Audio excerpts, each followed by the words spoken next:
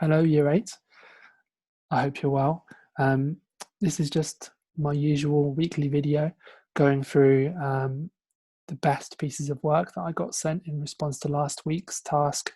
Of course, I'll very quickly talk about what we're doing this week, but the main reason I'm making these videos is so that I can speak a little bit more at length and take my time a little bit and just give people the time and the credit that I think they deserve. Obviously, during the lessons, we can't go through everything in as much detail, so it's nice to have these videos here. If you want to watch them, they're here. Um, of course, I'll talk a little bit about what we're doing this week as well, but it'll mainly be about last week's work. So let me share my screen here. I've put together a big presentation full of all of the amazing bits of work. So let's make that full screen if possible. There we go. And let's get rid of that sidebar. So here we are. We're in week 7 now, okay? But I'm only going to talk about that for a second, and then we'll rewind time to week 6. Let me just move my little preview to the middle. Okay, right. So yeah, week 7. And this is this week's task. Basically, what we have to do this week is to create a portrait of a Black British artist referencing the style of their work. So you're taking the image of them, a Black British artist, and also the style of their work, and you're trying to mix those together. And I'm going to read through this now. But again, if you want more information about this, don't worry. We're talking about it in the lesson. And of course, there will be a video this week. It's been made by Miss Barrett, so you can watch that to your heart's content, and it explains everything very well. So you should do some research to find a Black British artist you would like to portray, or pick one of the following. And you can see we've provided a selection of the finest Black British artists that we know of. Once you've decided on your artist, you should look online for a high quality photo portrait of the artist and create a light sketch based upon it. After that, you should start building up your portrait in layers, focusing on those biggest, simplest shapes first, and then working forwards, concentrating more on details. Before you finish your portrait, you should have another look at the artist's work, because obviously at this point you would have been looking at a picture of them. You should look at their work and think carefully about how you could reference its style. You know, there might be something about the way they work that is instantly recognizable and makes you think, ah, yes, that's Yinka Shonobera, that's Donald Rodney. And you need to try and put your finger on what that is and incorporate that into your portrait. To do that, you need to apply details, patterns, color, and tone in your choice of media.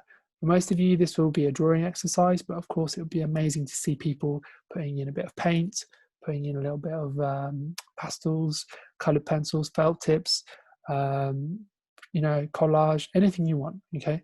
And finally, as usual, you must submit your task via Satchel 1. If you're one of those people that's still holding out and hasn't quite got their head around Satchel 1, please don't give up on it. Keep trying to make it work, because it's so much easier for us to receive the work that way and provide you with feedback. Okay, that being said, it's now out of the way. We can go back and we can just bask in the glory of your achievements as a year group. So here we go. These are my groups. This is 8A, 8D, and 8E, respectively. And that's me. I teach these guys normally. So Tate is kicking us off this week with this felt pen effort. I felt that Tate's approach to perspective was interesting. You may remember I was talking about 1-point and 2-point perspective during the lessons, but there's actually another earlier form of perspective, often known as parallel projection. Parallel projection, you can see a lot of examples of it in early Japanese art of, you know, feudal Japan. And it basically means that those orthogonal lines, rather than eventually crossing each other, they just carry on parallel to each other forever. Or they would if they were allowed to. Anyway, it's good to see Tate getting a bit of colour in here, using their old felt tips. I love a good bit of felt tips. And unfortunately, I did think that he could have improved this, or done himself a bit more of a favour by photographing his work more of a straight way. Now I'm going to say this a few times, so I'll explain it more later.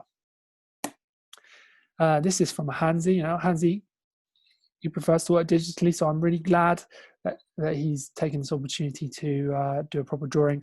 I think it's good to put yourself out of your comfort zone every now and then. He quite cleverly chose an interior space inside an interior space, so he was looking at the inside of a kind of what looks like a coffee table here, which is cool. And he wasn't so happy with this in his comments to me. He said he didn't like it, but I think it's pretty good. I think often students in year 7 and 8 have unrealistically high expectations of themselves. You're young artists, you're learning, okay, and these skills don't happen overnight. Even those people that look like they can just do it, it's come through a lot of practice. So keep practicing, Hansi, because I think this shading is actually pretty good. It's confident. I can see there's a good amount of tone there. But again, I would say the photograph could be better. It's just about trying to fit that piece of paper into the camera frame. Also, a bit brighter maybe, in the middle of the day would be a good time to take a picture. Right, so this is Melissa's. As you can see, Melissa and a few other people this week went for the digital option. It's always good to see it coming in. I feel like after this whole lockdown experience, we're all going to be so much more comfortable and confident with working digitally. I would never have set a digital task before without really preparing for it. So now I feel a lot more confident about doing that, and I hope you're looking forward to more digital tasks in the future. So good use of colour here from Melissa. I do get a sense of an interior, but to be honest with you, she's used quite thick brushes, which is a common mistake when doing digital art. And sort of in a nice way, it's abstracted what probably was a very recognizable scene, but still we can enjoy the marks, we can enjoy the colors and the composition, which are all quite nice here. So anyway, that's my tip for you, Melissa. Just use thinner brushes every now and then. Okay, George Parker in 8A. So as you can see, George has really set himself a very high bar in terms of his use of perspective here. He's really challenged himself, and I think for the most part it's really paid off. You can see here that George has been using guidelines just as we told him to when we were teaching perspective in the lessons, which is great. He's been rubbing them out, obviously, and I can see that he's been working hard to refine this and change it and improve it, including here he's been making some of these verticals parallel where they weren't before, which is almost as if he heard my voice in his ear saying, George, those verticals need to be parallel, and he sorted them out and looks so much better because of it. Look at those stairs on the top left. I mean, they're brilliant, aren't they? They're so, well, they're just a really complicated sort of space and very difficult to describe, so well done, George. Unfortunately, it looks like he didn't have much energy for colour. He did shade the table a little bit, but looks a bit unfinished because of that. And again, a slightly wonky photograph. Can you see down here the bottom of the sketchbook with a bit of paper poking out? Up here, a bit of the wooden table that you took the picture on. I think that, I know it sounds like I'm being picky, but believe me, when you're submitting work digitally, you've got to think of the photograph as the work, Yes, of course, you've got a version in your sketchbook, which we can rely on later on, but if you're sending your work to someone, a client or your boss, depending on what sort of job you do in the creative industries, you want those images to sell your work at its very best. And I think that's something that we could all practice. Aisha's been doing really well in lockdown and done loads of fantastic work. Here she's done a really detailed drawing of a bookshelf of loads and loads of books. I hope you've read them all, Aisha. You must be very clever by now. What's interesting about Aisha's use of perspective here is that her books seem to be going in towards one single point, which suggests to me 1 point perspective. However, I hope you remember me talking about parallel projection earlier. Her bookcase uses parallel projection. So it's a kind of a combination of 2 styles of perspective, which is quite cool. I'm not sure if it was on purpose, but that doesn't matter. And finally, confident use of tone. It's good to see Aisha like shading, put a little bit of dark areas on the back of the bookshelf. That really makes it stand out. Well done, Aisha. So this is Bieber's in 8D, and seems to really enjoy the art tasks every week, which makes me so happy. She's gone for a 1 point perspective effect here, but it's also sort of flattened in a way, but in a way that works very well. So I feel like sometimes if you're going to execute something at a really high level like this, very cleanly, very neatly, with a lot of control and skill, you can afford to break the rules a little bit. And she hasn't really suggested the room at all. It's fine, it works. And it's all just because of this high level of detail, just the clarity of the lines, the shapes, and all these lovely little color details. Works really well. I said here, if you wanted to make your picture a little bit better, you could push the highlights a little bit, especially with a very clean graphic drawing like this. Yeah. Oh, the other thing I wanted was, I was thinking how cool it would have been to have something in this mirror. Then it would feel like uh, Velasquez's Las Marinas, which is a very famous painting. You should look up, Bieber, or perhaps a Dutch still life, which I'll talk to you a little bit more later, or Patrick Caulfield. So look all those guys up and see what you think. Right, this is Kate Sitaraman, also in 8D. So Kate sent me the picture. You can see that on the top right there, as well as the drawing. So that was so useful. Not only seeing the picture is a really useful thing, but sometimes people send me a little bit of explanation as well. Like with this one, I was trying to do this. With that, I was trying to add this color, or I was trying to reference this artist. So helpful. And I think as well, really important, because often as an artist, you're going to be required to justify what you're doing and to explain it to people. So thank you very much to Kate for sending me the picture, and for other people, like for example Lola Pryor, who sent me a little bit of text, just a little few sentences just explaining what she was trying to do. So look at the blinds on the top, on the bottom left. Very nice. Good use of perspective here. It's again parallel projection, which works very well. Some color touches, but she said there wasn't much color in the scene, and I agree, there wasn't. So instead of just coloring everything randomly, she's actually looked really carefully at the shadows on that back wall. And I think a lot of people have a kind of a shadow blindness or a tonal blindness, where they look at a white wall and they just go, hey, I don't have to do anything, a white wall. No, that's not good enough. You can see here Kate's looked really carefully where those shadows are and used her pencil softly on its side to shade very ever delicately.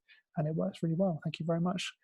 Again, got a little bit of table poking through here on the picture. I think a little bit of a better photograph would have been good, but other than that, no complaints. Well done, Kate. So this is Lucas's. Again, quite a quick drawing from Lucas. I can't imagine him having spent ages and ages, but I do love the delicate foliage coming through the window. It looks like a very bright day out there somehow. And inside, you know, he's got his kind of loose style, especially in the top right. I really like that little kind of frame or picture, which looks like either a vent or a picture. And he's just loosely suggested what is inside that frame up there. So yeah, you could have added a little bit more to it, but this is fine. Thank you very much, Lucas. Okay, now this is Hal Toolan.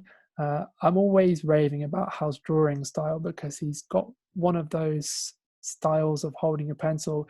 Sometimes it can get him in trouble because he's very strong. You know, he's got a very strong grip and he makes a very bold line. So sometimes that can be a problem, say if he has to rub something out. But when he gets it right, it's brilliant, because you get these really bold, impactful drawings. You know, this is so clear. You know, the lines are so clear that I would be tempted myself to take it into an app and put some color behind it or something like that, you know. But yeah, I love this. Look at all those details in the bookshelf here, some CDs, books, magazines, that sort of thing. A Harry Potter book I can see in the top left, very good. And then some sort of I think a Player of the Year, under 13 Player of the Year trophy on the bookshelf over there. I love it, very nice. This is Marcello's, a different style, as you can see. So Marcello is a bit more confident, working in a sketchier style. You know, his lines kind of come together slowly. And you can see in the back there where he's decided to leave his lines quite light, which is good. We don't want to be focusing too much on what's going on in the background. The foreground is where the real interest is, and he's used a slightly firmer pencil mark to define the edges of the things like the tables or the stools or the bookshelf there, which is good. Also, my favorite thing about this picture is that amazing shadow that he's done underneath the table. Can you see how it's disrupted by the difference in height from the floor to the bottom part of the table? So the shadow becomes distorted, and it's just really skilled. Well done, Marcello, you did really well. This is Lola P. As I said, she sent me a little bit of text. She said that she wanted to make something that was kind of lonely and restrained, like Hammershoy, Wilhelm Hammershoy, but using the digital approach of someone like Jonas Wood, who Miss Stewart referenced in her video. So this is the result. And as you can see, it's pretty cool. She's gone for a kind of a natural color scheme. There's quite a lot of flat open space, which is cool. I think she could have used a thinner brush for some of the marks, like the bricks, for example, but having them chunky kind of stylizes them. That kind of looks good. This piece of work definitely made me think of Dutch interiors from the 17th century. People like Johan Vermeer, who's a very famous painter from that time, who they always seem to kind of show you a view that goes through several doors, or a door and a window and a mirror and a door. You know, they always provide you with a way for your eye to start very big, looking like a big square like this, and then, you know, get smaller and smaller and smaller and smaller off into the distance. So well done, Lola. Love it. This is from Zoe. So Zoe's got a real penchant for watercolors, which I love. It's nice to see someone having a bit of a confidence in a material and returning to it. That's how you get good at things. My favorite part of this picture is actually the little blue light on the kettle, which I recognized immediately and was just a very believable detail. I thought that given, I don't know if Zoe agrees with this, she may not, but I feel like she's used watercolor for a few pieces of work now.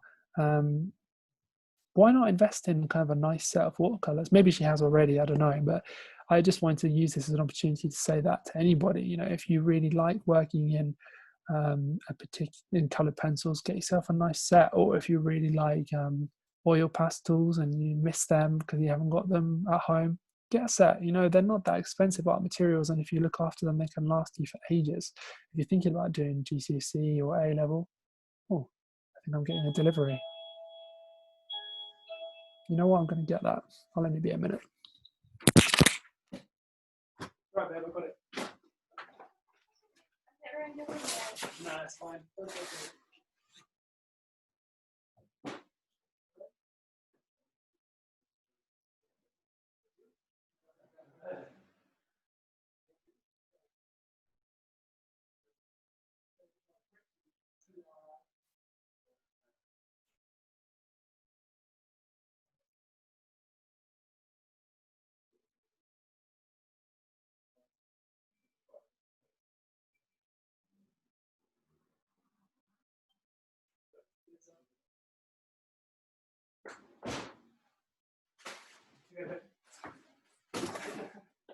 No one will watch it. It's okay. I'm going to pick up where I was, yeah. Oh dear. Right, cool. So well done, Zoe. I think this is a really good piece of work. What I was just saying was, if you like those materials, get some nice ones for yourself. Why not? Okay, George Parker. No, this isn't George Parker. Oh, whose is this? Oh, that's going to really pickle my onion. Got to find out. Sorry. So because I did George Parker's first, everybody had George Parker's name at the beginning. Oh dear. It's all gone wrong. Maybe I can pause this. That's what I'll do. Okay. Right. Sorry about that, guys. Let me share my screen again and I'll reveal who the artist was. It wasn't George Parker. Not there's anything wrong with George Parker. He's a fantastic young chap. It was actually Lucy Chisholm in 8D. Sorry about that, Lucy. But yeah, a nice drawing from Lucy. Good use of tone, consistent, dynamic. So she filled the whole space, but kind of had a little bit of dark areas, lighter areas. I always think if people use tone, or you know, fill the space somehow, it just feels better, more finished. There's something definitely very moody and lonely about this picture. Maybe it's the floorboards. I don't know what it is. I would say to anyone trying to photograph their work, it's not only important to try and get the paper contained within the, you know, the frame of your smartphone camera, whatever brand it may be. It's also important to think about the lighting, you know, just like I've thought about the lighting in my video here, because if I turn my light off there, this side of my face is really dark, and it makes me look even more ghoulish than I normally do. So I've got this lamp on here, just to try and like balance out the light in my picture, my video. And I think that when you're taking your pictures, you should be thinking about that as well. If you go right next to a window like I am now, and you photograph your piece of work, one side of it's going to be shadowy, the other side's going to be light. You know, you might even get a kind of a hard shadow across it that you cast. So think about where the light is in your room, move around, okay, until you're in the right position and there's no shadows on your work, and then try and photograph it. Sometimes it's not possible, especially if it's late, you have to get the work done and you have to get it sent in. But if you can do it, I think it's worth it. Okay, right, let's move on. Luli, this is a lovely digital piece of work from Lily Bunn Clark, who's been working so hard during lockdown, and every week I get something that's amazing from her.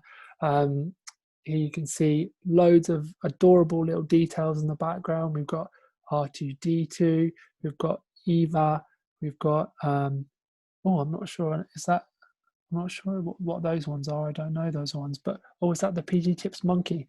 See, like, you can recognize these things,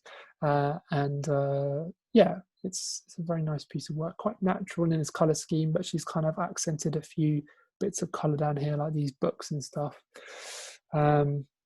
Yeah, and also this is a actually super complicated 2-point perspective scene, because we've got all of these lines here, you know, receding to a point somewhere over there, but then you've got the table edge here, you know, or receding to a point somewhere over there. So it's definitely a 2-point perspective. It might even be a little bit of 3-point perspective, which we didn't even cover.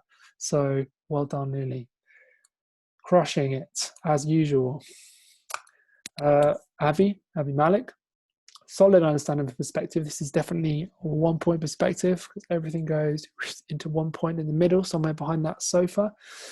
Strong lines. I think he's using a ruler there a little bit, which is sensible. And he's blended some of the colors, so that wall is a very strong blue, but he's added some darker and lighter blues in to give it a little bit more interest. He's using one directional shading, which is good, because I think it helps you to control the saturation of the color. The one thing I would say is that when this, over here, I'll use my mouse to show you, when this wall changes direction, it might be worth changing the direction of your shading to show that change in direction of wall. It can really work to describe 3D space. A little bit of surface pattern, a little bit of detail extra would have been nice, but look at the photograph, it's pretty decent. Okay, moving on. Again, it's not George Parker. I'm gonna have to do this now, I'm afraid. Hold on, I'll pause it.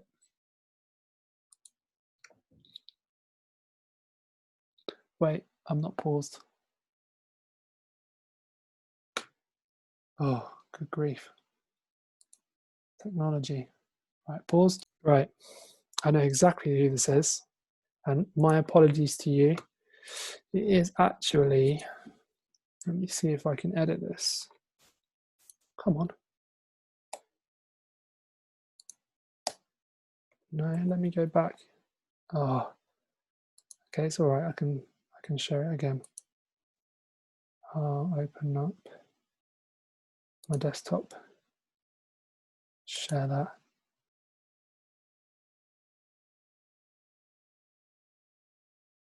And let me just open up. Oh, here it is. This again. So we were here, and that's not George Parker. He's getting all the credit today, isn't he? It was actually Scarlet Faith, a very hard-working young lady. Very nice, careful, consistent line drawing. Look at those delicate lines. Lots of pattern and detail. And it feels finished, doesn't it? And it's not necessarily because she's done loads of color or shading or whatever, but she's used the space well, she's filled it with pattern. And there are lots of interesting little details that draw our eye around the composition. It could potentially be improved with color, but I don't know if you can see here on the right-hand side, but all I've done is use the Microsoft PowerPoint editing tools and I've just lightened it a little bit, and I've increased the contrast a little bit, and I've desaturated it, and I think it's starting to look a little bit better. I think another way of achieving this scarlet would be to go over those lines with a fine liner very carefully, working from that top left for you to bottom right, so you don't smudge it if you're right-handed, and then waiting and then photographing it again, but in slightly better lighting. Well done, Scarlett. Sorry for mistaking you for George. What's next? I wonder how many more George Parkers we'll get today. This is Alex Mishev. Alex has been in and out of this presentation. I feel like he's probably a bit frustrated with me, and he doesn't know why some weeks he makes it and other weeks he doesn't. But it's always very close, Alex. Okay, and I say Alex, but of course it's Alexander, isn't it? I should change that as well now. Otherwise, I'll get told off during the lesson. And I've lost him. There he is. All right, Alexander, I do apologize. Much better. So again, really useful. Alexander sent me a picture of the scene he drew. Now, the number one reason you made it in this week, Alexander, is not only because you did a good bit of shading and your use of perspective was pretty good. The way the desk kind of recedes off into the distance, very good.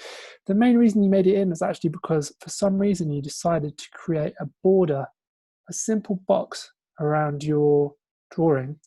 And I remember having told some groups to do this in the past, but honestly, I feel like everybody could benefit from doing it more. It just finishes off the drawing and makes it feel contained. It justifies it empty spaces. So here you can see Alexander, despite there being quite a lot of shadows, cables, other things on the wall behind, he's decided to leave it blank, which ordinarily, wouldn't look that good. But because he's got this box around it, it sort of works. So big tip for everybody who can all learn from Alexander, contain your drawings within little boxes in the page. Also, it can make your drawing more of a manageable size. Sometimes when you confront it with an A4 sketchbook page, you're like, crumbs, I've got to fill this in with a drawing. It's a bit intimidating. So making yourself a little frame within a frame can be really good. And again, a few shadows. I don't know if you can see this, guys. There's a distinct Alexander hand there, okay, coming over the image. I think sometimes people just don't notice it. But if you're, as used to looking at photographs as I am, it hits you straight away. Okay, so make sure you don't make the same mistakes and that you learn from Alexander's successes. Right, last one of the week, and my favorite one, I think. This one is from Anand. Anand has been getting the paints out, which I love. And, it's not easy to do when there's no Mr. Critchley to clean up after you. I hope you had a lot of fun doing this, and it certainly looks like you did. It reminds me very much of John Bratby, the kitchen sink British artist that we showed you. The composition is a little chaotic, which works perfectly. The space is a little warped, which is good. There are some white bits here inside the cup is a big one. You should have put a darker yellow in there, I think. But other than that, I can't really complain. This is a fun piece of work and I really liked it. I also thought it was a bit of a neglected space. Often if you have a computer or a laptop screen, the space behind it, you don't really ever see it, especially if that computer's there a lot. A lot of things get dumped there and then forgotten about. So it's good to see into that space. Okay, cool. So let's quickly talk about the other pieces of work in year 8. We've got Miss Stewart's group here. This is Maddie. She says, a lovely sense of perspective and depth, great use of watercolour and detail on spine of books, nice muted tones with contrast of bright colours in places. Well done, Maddie. Very nice. Oops, I can't skip. Oh, sorry. Now we get the announcement. It's Miss Stewart. Let me just move this to the middle. There we go. Okay, cool. Moving on. This is Leo. A lively, energetic response, focusing on a desk space. A really strong attempt to show perspective and bold, confident marks. There's a lot of confidence in those marks. They're almost quite aggressive. I really like them. Marco. This could have been a view from a window task. Yeah, it could have been. But great use of digital media here.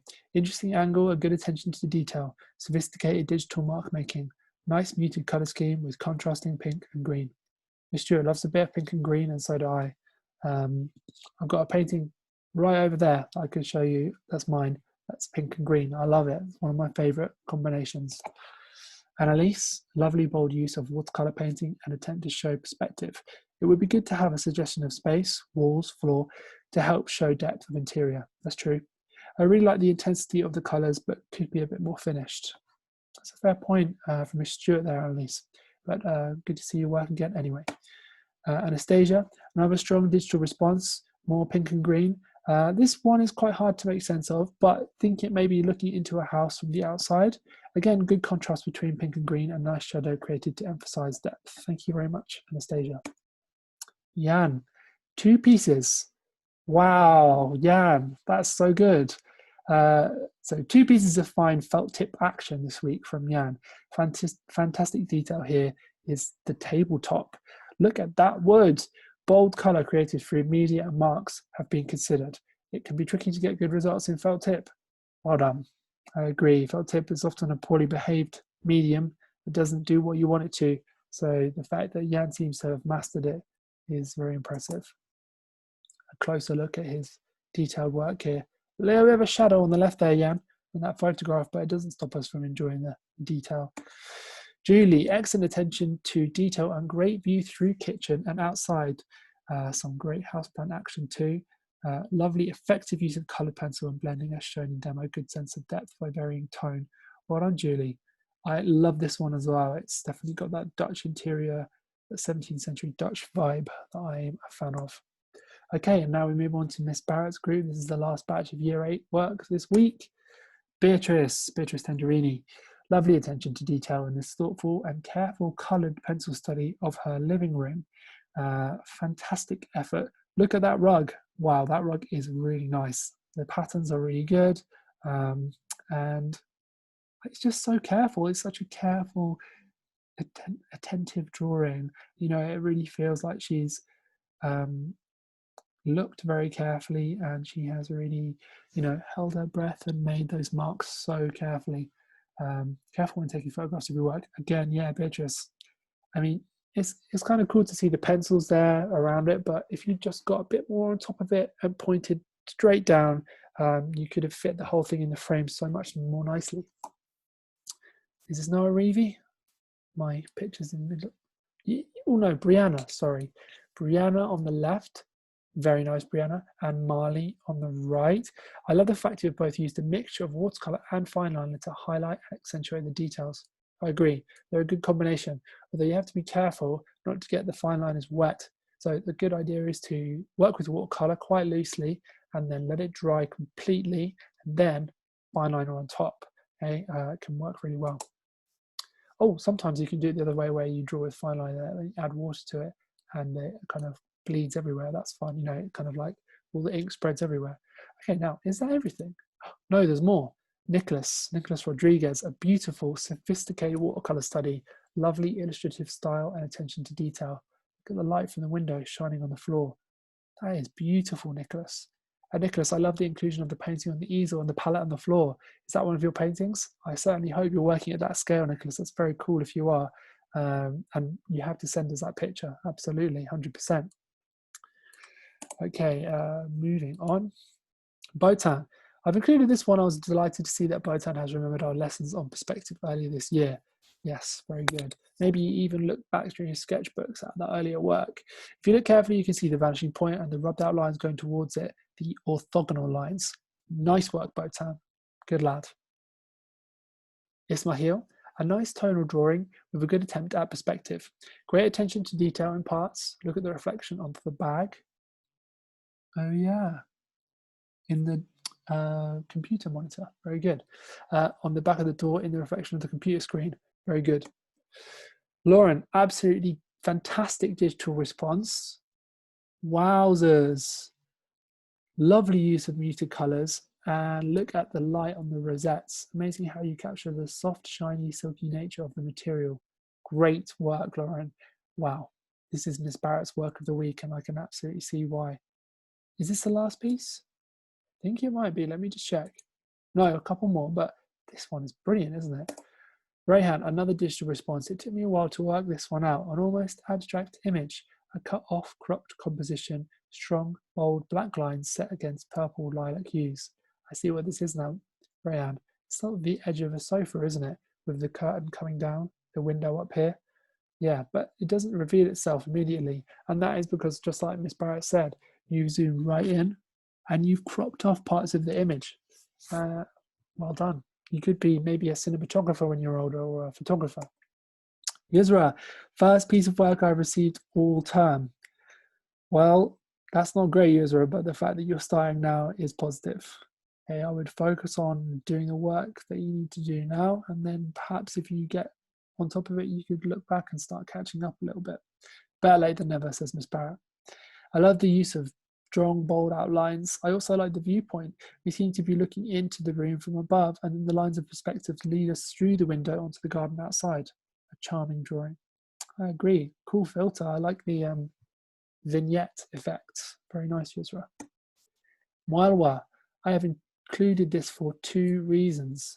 One, I love the attention to detail of the objects on the desk and the sense of perspective. The inclusion of the radiator in the background really gives the drawing a sense of depth. However, and this goes for nearly all of you, you need to think about how you take photographs of your work. I have edited and cropped nearly all of your images. Mr. Critchley might elaborate here, and if you've got this far in the video, you're probably already sick of me saying it, but please look at the difference it makes from the left to the right. This is so much better over here. Okay, we can appreciate it so much more than with this kind of like yellow border on the outside. So Marwa, do your beautiful drawings justice, and this goes for everybody, really.